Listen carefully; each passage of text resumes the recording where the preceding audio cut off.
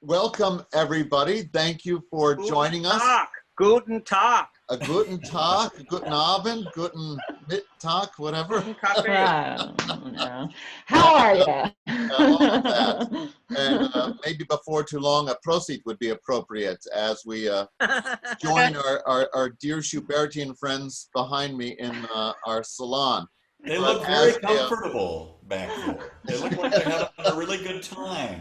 They are. They're actually not following the the orders to a social distance, but that's all right. We can enjoy them vicariously. Yeah. And welcome. And this we just thought would be fun to turn the tables a little bit on our dear maestro, Dr. Nic Reveles, who is our formidable pianist and collaborator on our Schubertiade concert, which is hopefully you'll all be tuning in on this Sunday at 4 o'clock.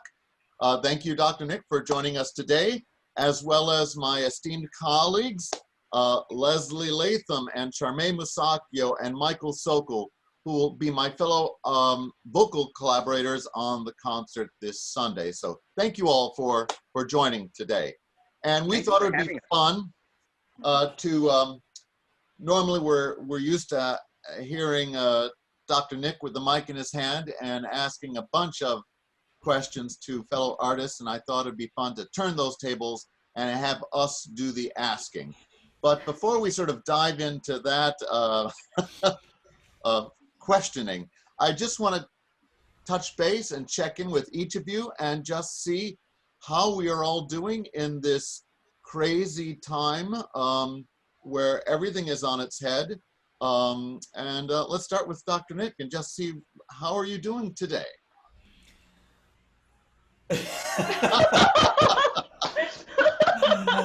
I hope this doesn't happen with every question you ask me. I burst into laughter or tears. No, actually, it's pretty good. I mean, I live alone anyway, so I'm sort of used to that. It hasn't been too bad. I went shopping this morning. Are you interested in that? I got a 5-pound bag of flour. Wonderful. Where? I'm baking. I know. And there was actually some toilet paper available at Ralph's in Hillcrest this morning. So yeah, I've had a very successful day so far. It actually, overall, it hasn't been bad. It's been lonely, and I think the thing that I really do miss the most is touch. Is physical touch. I'm a hugger. I love to touch and be touched, and I miss that. I miss that a lot. So I'm looking forward to our all turning the corner one day, hopefully soon, and being able to get back to normal. Absolutely. Well, Lesley, let's turn it to you. I don't know where you are in the screen, but you don't have to be on here. So. Hi. Yeah, I'm okay. I like everything, like everyone. Everything's just sort of been pushed pause, and we're in this eternal dystopian holding pattern until we can crawl out and emerge. And I'm with you, Nic. I like to hug too, and so I kind of miss a little bit of that.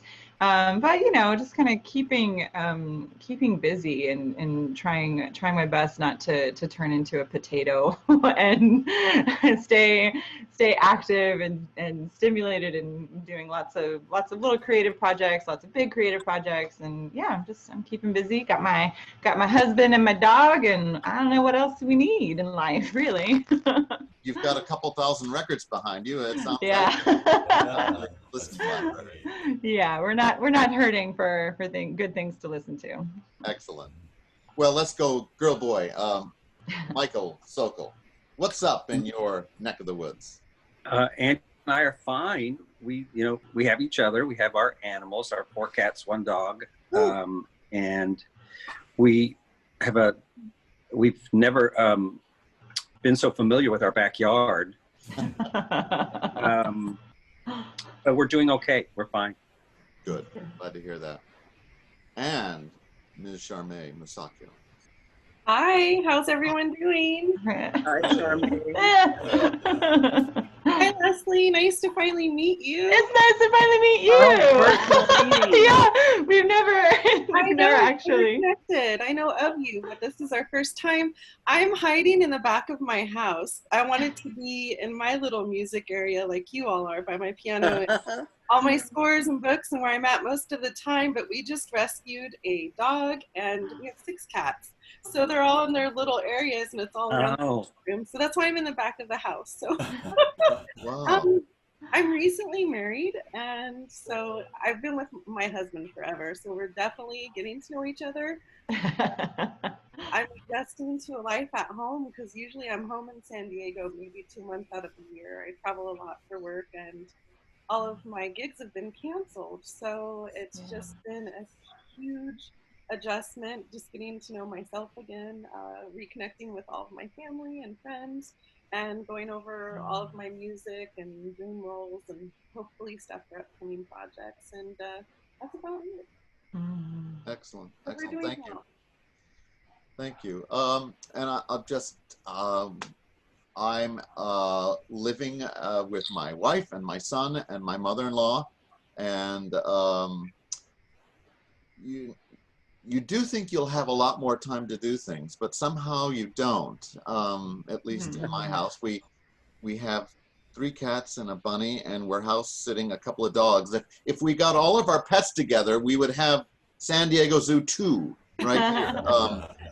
But you know, I do find that I find myself having a little time to just think a little more.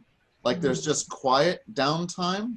Not that I'm filling it fruitfully, or fruitfully, but that you do have time to think about, I don't know, what's important to you and priorities, and whether or not we act on that is a whole nother question.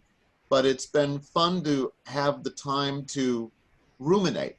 And in the busyness of our normal life pre-COVID-19, I didn't have anywhere near enough time to just be with myself and my thoughts. So it's been kind of a nice change, and gratefully we're all relatively healthy, at least in body. Knock on wood. Knock on wood. Yeah. Right. So I think we're going to start off. Does anyone have a burning question for Dr. Nic they'd like to start off with? I'll turn the tables. I do. First of all, Lesley. who do you think you are?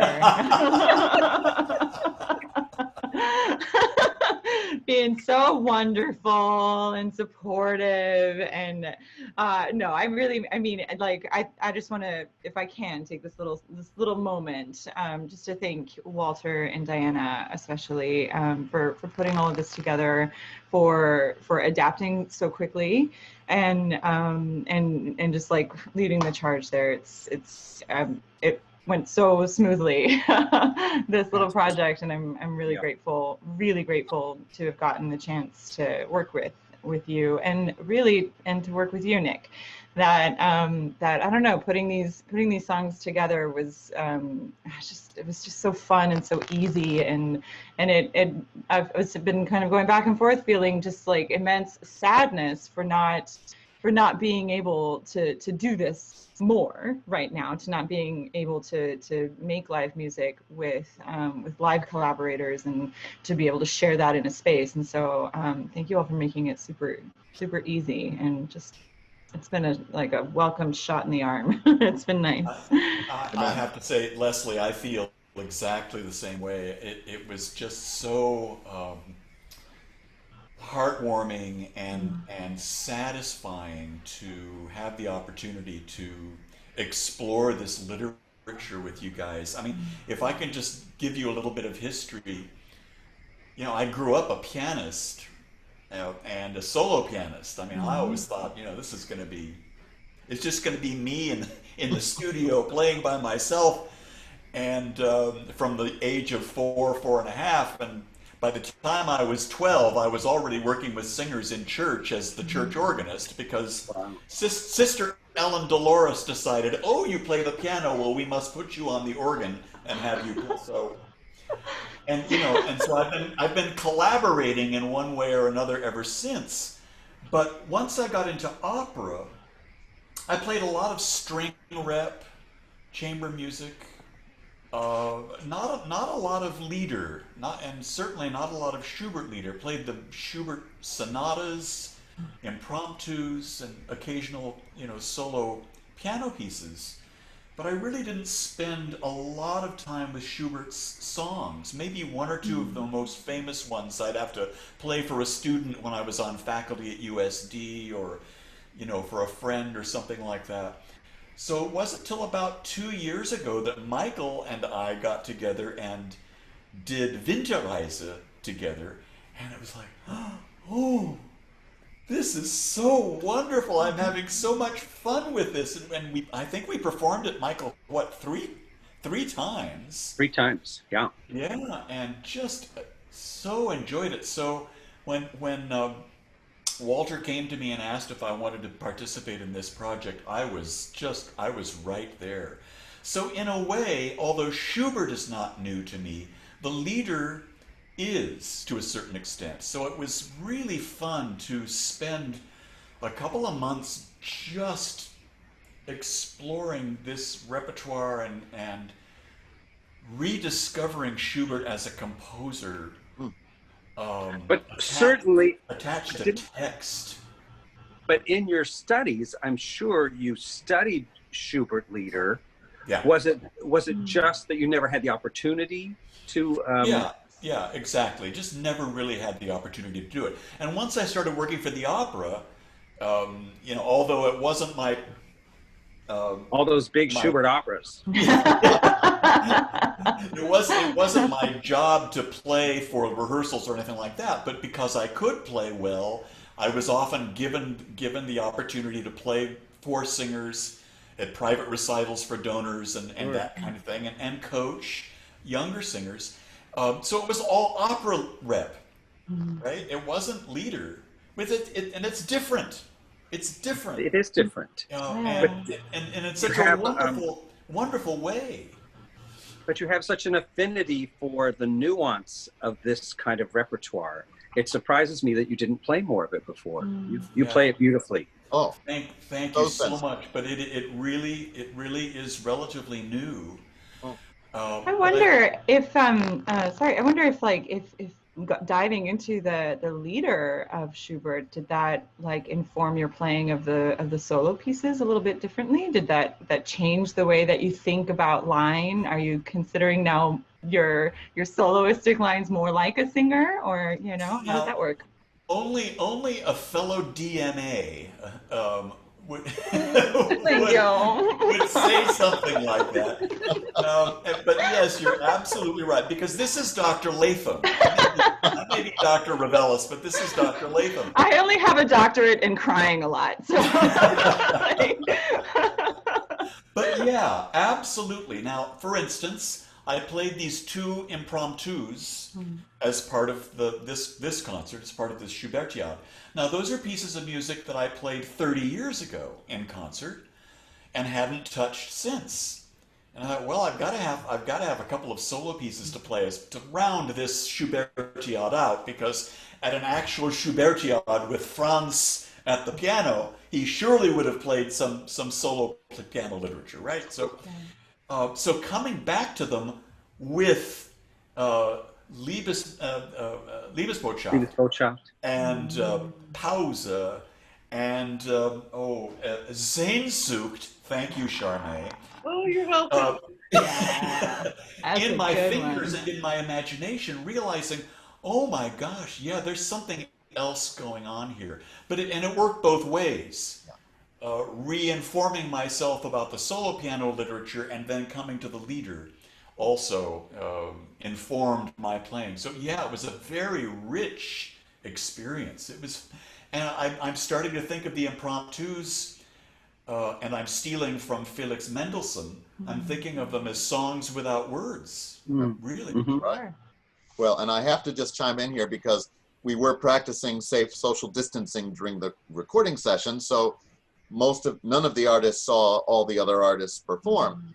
But I will say these 2 impromptus were not only spectacularly and emotionally, and the immediacy of their performance was just incredible. They were done perfectly in one take. Oh. And I was just, at the end of it, I'm sure he was exhausted, but we felt like we, in the room with the cameras rolling, had this epiphanal experience of witnessing such brilliant music making. And then it was gone and it was over. And gratefully we get to share it with you all on Sunday. Yeah. Thank you. The only reason that those were done in one take was because I was done. I was so done and ready to go. It was a long day because I started warming up here at home at about 8 o'clock in the morning, maybe a quarter to 8, and I ended up getting there at 9:15 or so, and then I was at the piano till 3:30.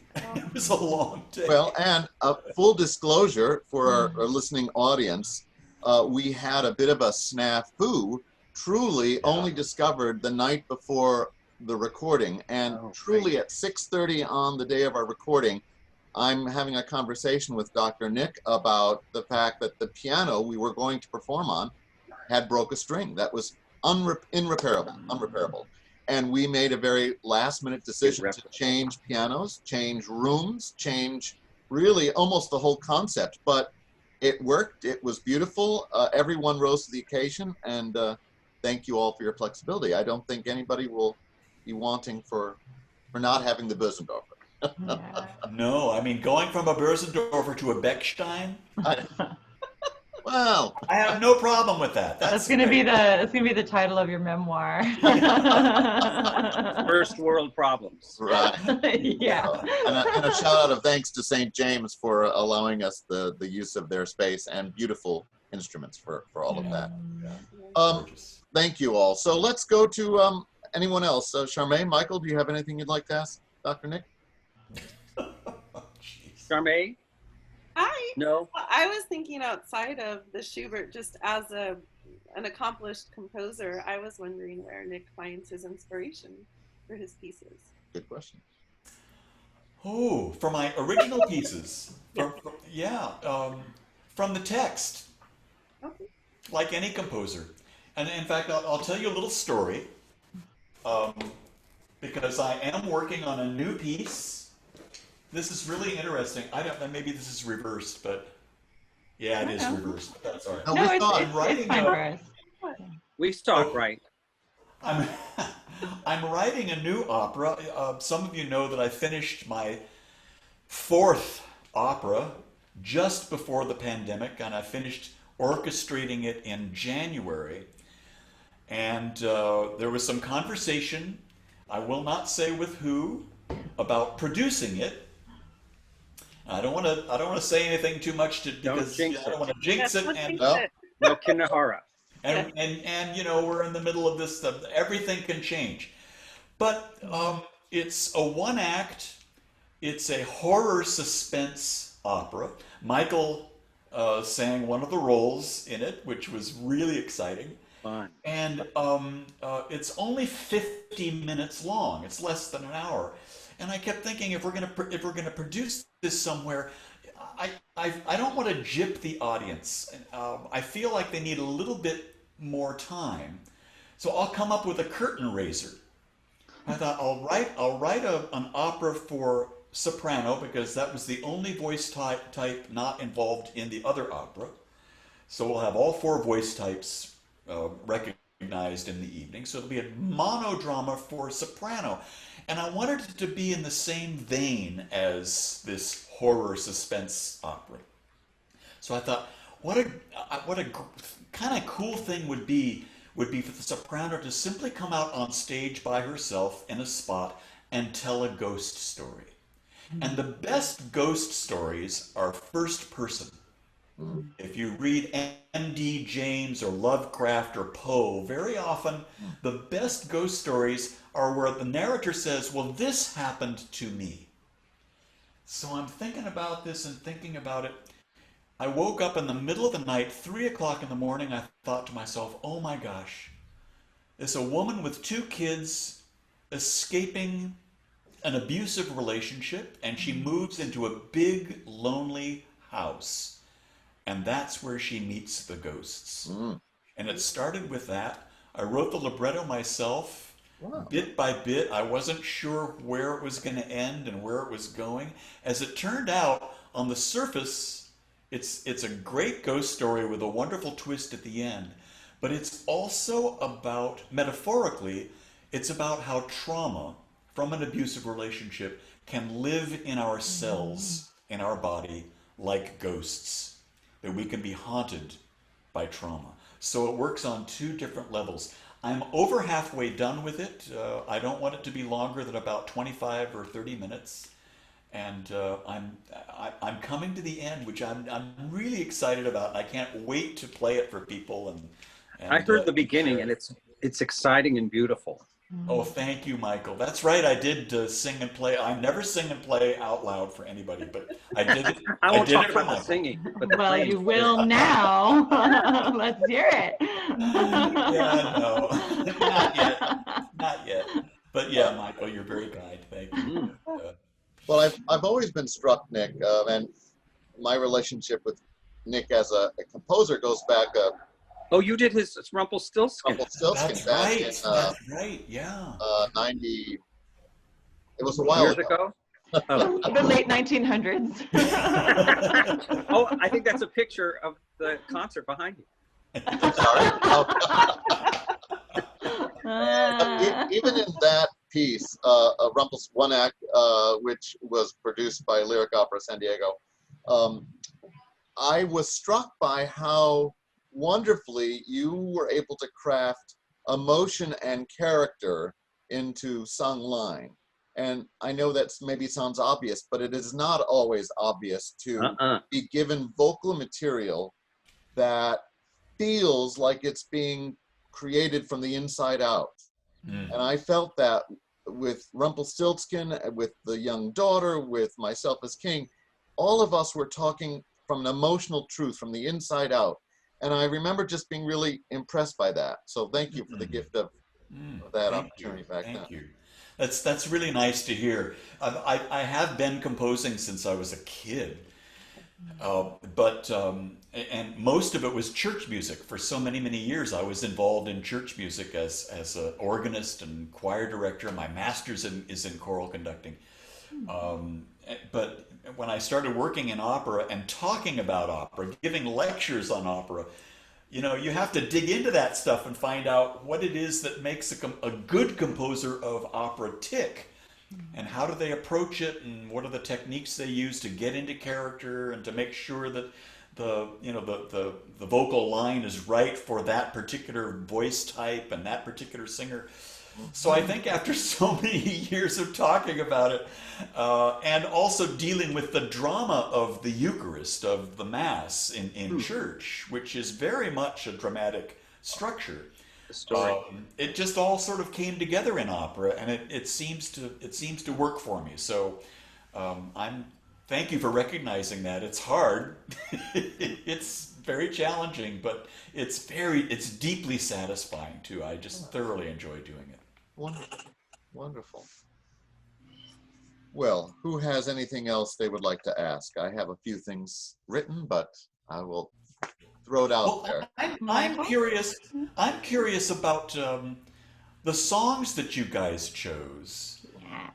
Yeah, and Michael, you haven't said a whole lot yet. Let's talk about those three wonderful songs from Schwanengesang that you chose to do. Why did you? It's always hard. Don't you think it's always hard to choose from, especially a composer that you really respect a lot, to just choose some distillation of their work?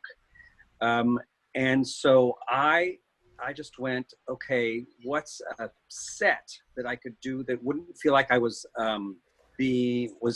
stealing from Schubert and doing in a way that he didn't want it done. I've often been asked to do parts of Winterreise separately, and I hate doing that. Lindenbaum, you know, it's such a big hit, and every school child in Germany knows Lindenbaum, so I don't feel so bad about doing that. But the rest of it, I would never do outside of doing the cycle. So, but this, in the set of songs that his publisher put together, I felt like, yeah, we can take those apart. And since he wrote them around the same time, and it would be an interesting thing to see where he was towards the end of his short life. Oh, that's a question I have for you, Doctors Letham and Reveles. Why did so many of these guys, people who are such important composers, die of that horrible disease? Was it like that in all the other disciplines as well? We lost so many people at such young ages in the 19th century, not to talk about the 18th, but the 19th century. So many lives were cut short by venereal disease. It's just so surprising that we lost so many brilliant people so young. Was it just something that was just happening everywhere? And I mean, when a man and a lady love each other very much. You know those artist types, Mike. Or were they just particularly promiscuous, or it was just such a big disease before penicillin? Maybe yes to both. I think yes. Yeah. Also, it's an urban disease predominantly. Urban. Oh, maybe that's it. Another True. part of it. When you were a big city person. But these were, the artists of today. Look at our rappers and whatnot. I mean, they create this energy, this buzz around them, and I can't believe it was any different than for our dear Franz behind me, and all of the folks wanting to throng around him. Yeah. Well, So anyway, Nic, to answer your question, it was just I thought let's do some of the Heine songs from Schwanengesang, and I. Was looking at it to explore this idea of Sharmay and Sehnsucht. She did Sehnsucht. So much of his music is about longing and this love and finding love, losing love. He was just so economically good at showing us emotion and what it does to the inside of you. If I can add to that, a very simple example of that. Yeah. From one of the songs that now this is Amir on the sea, right? On the sea. Mm-hmm. Now, again, I had never played this before, so when I saw the music for the first time, my ear wanted to do this.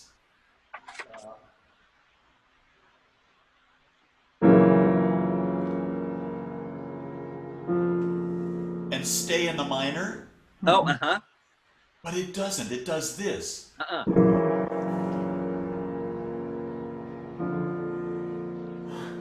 It's just amazing. Isn't it amazing? And then he repeats it.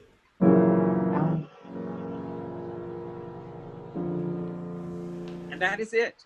That's the introduction. That's the postlude. And it's just flippin' brilliant. And when you think of Mr. Schumann, his friend would have had to write 12, 20, 24 measures to get that same feeling. You go, wow. So here's a poem that could be so depressing and horrible about saying goodbye to your girl and then feeling like the memory of her tears has poisoned you because you miss her so much. How tragic and horrible it could be, but then he puts in that major chord and you realize it's a beautiful pain. It's just brilliant. It's just brilliant. It's brilliant. It really is. I want to share a quick quote I found this morning about Schubert talking about his own creative process, and I think it's really apropos here. Sure. He said, "When I wished to sing of love, it turned to sorrow, and when I wished to sing of sorrow, it was transformed for me into love." And I think we experienced that throughout so much of his repertoire. And isn't that theater? That's what theater's about. Drama. Tension and release. Attention, release, just in those two stupid chords. Sharmay, I have to thank Sharmay for introducing me to Sehnsucht. Oh gosh. You are most welcome. I thought for sure, oh no, he's not going to like me anymore. And it's, deceivingly so. I have to show our audience why this is so challenging Yes, please. for the pianist. It's this figure.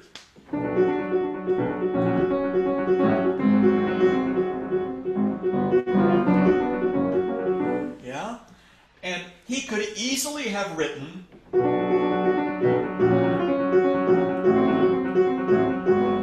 or, but no. It's so it's like a tongue twister in the fingers in the right hand. Took me forever to get it right. And then in the middle of that technical challenge, you've got notes changing. You've got inner voices. Inner voices. that are- Major.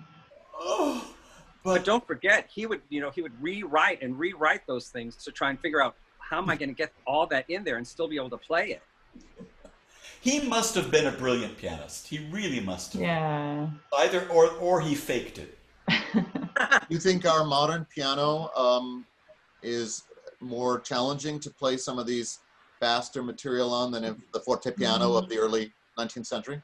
I do. The keys were slightly narrower, and the distance from the striking of the key to the plucking of the string was not as deep as it is on the grand piano.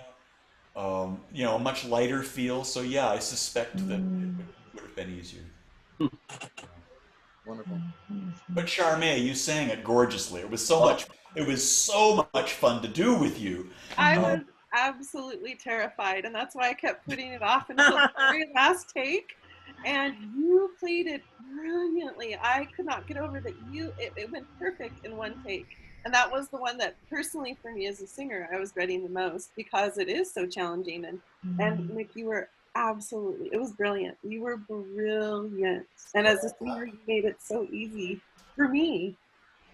I wish I could get $1 an hour for how many hours of practice I did all of these pieces. But that one was really, really challenging. But now I have it. It's in my There you go. It's in your fingers. I can do it for anybody until they decide to sing it in another key. Yeah, there's the problem. There's the rub. Sharmay, while we're on your rep, I have to ask, having listened through all the takes now, your choice of vocal colorings at the end of Der Toten das Mädchen. Yes. I don't even remember what the note is, but for all singers, whether you're a male, female, high, low voice, the choice of how to sing that last note of death is interesting. And I think it opens creative possibilities for a lot of people. But your range allowed you to do a sound that sounded truly unworldly and not able to come out of your body.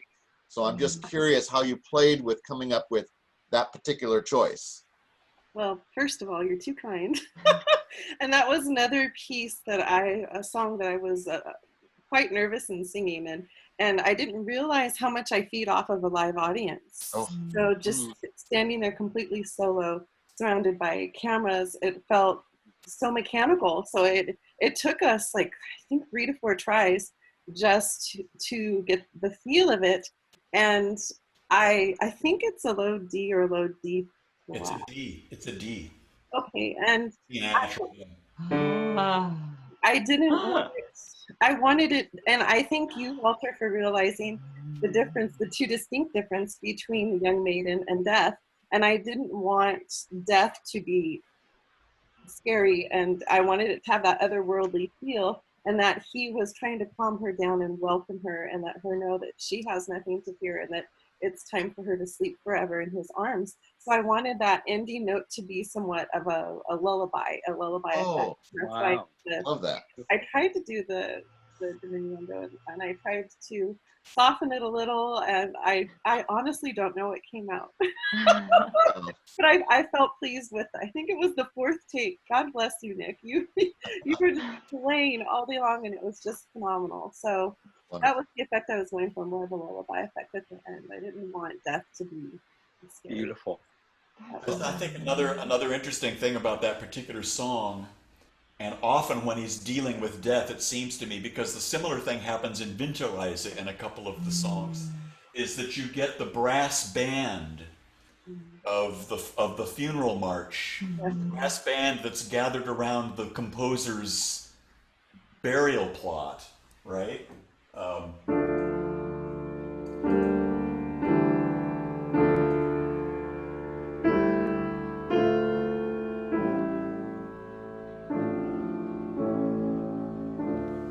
So none of that lute or guitar stuff that he often uses in other songs. Right. Right. This very hymn-like or chorale-like Yes. organ, texture, and it just, it communicates the ideas in that poem perfectly. Gives me goosebumps. I think parallel to that would be in one of the songs I do in Nachtstück, how the old man, when we finally realize that he realizes it's his time, he kind of almost joyfully or with just very clarity of purpose walks with his harp in his hand into the forest to go meet the next chapter. And it's not doom and gloom, it's resolution and it's acceptance. And it's wonderful how Schubert again can twist that end of time of our human life to be something otherworldly. Yes. Yeah, it's again just for example purposes, just prior to the harp moment, we've got that brass band again, or organ-like texture, gedämpft, and a cadence. Then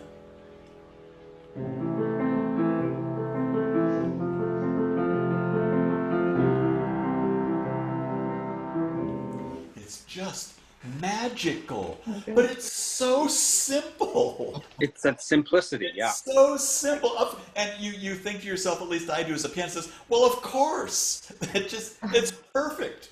He didn't have to do it. He does so much with such simple means, economical means. It's just incredible. Well, it's a real gift to do these songs.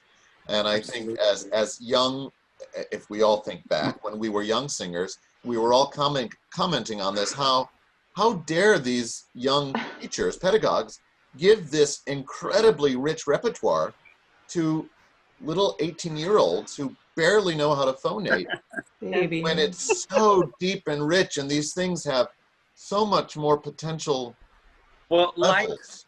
like so many of these important things that we learn, it works on so many different levels. So as a young singer, you can learn a lot about the technical needs of creating line in a Schubert song, and the depth that we've come to understand in his setting of the poetry is not a necessity at that point in your growth and understanding, but it starts to dawn on you that what he's done is brilliant when you're introduced to I love Mr. Mendelssohn, but when you put a Mendelssohn song next to a Schubert song, you really start to see, oh, this is different, So it's important for them to look at Schubert when they're young. But I completely understand, like when I was a young kid and said, I want to do Winterreise to one of my coaches, they said, yeah, right. And I laughed it off. But you know what? They all laughed at Christopher Columbus.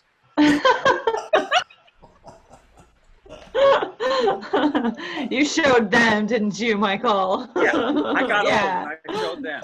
Yeah. Lesley, I have to thank you also for Liebesbotschaft. Yeah, that's more fluttery, floaty. Also a very challenging. Yeah, you had to get like 10 more fingers, right? Especially in the key. Because if the original key is G, but this for your voice, for mezzo as well as for baritone. Yeah. It's in E major. E, yeah.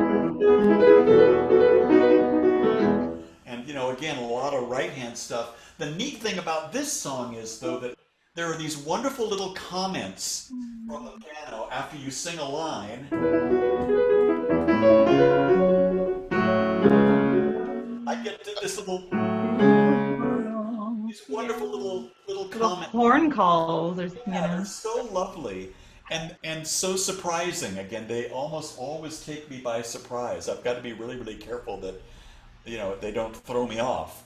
And that one is especially dependent on the little inner voice leading. There's that, like, within the chord changes of your rustling water, there's these great little chromatic lines that can easily be just sort of dropped and not really sound, but it's dependent upon those like real little blips of chromatic voice leading. It's really good. It just gotta be there, right? Yeah. You can't just sort of pretend like they don't exist. They're so important and challenging. Yeah. And you know, but then you look at the vocal line, and I know it's vocally challenging too. But the line itself, the melody itself, could be a folk song. Almost. It is, yeah. I mean, I will say that I think that the vocal line is not nearly as challenging as the piano part in this song.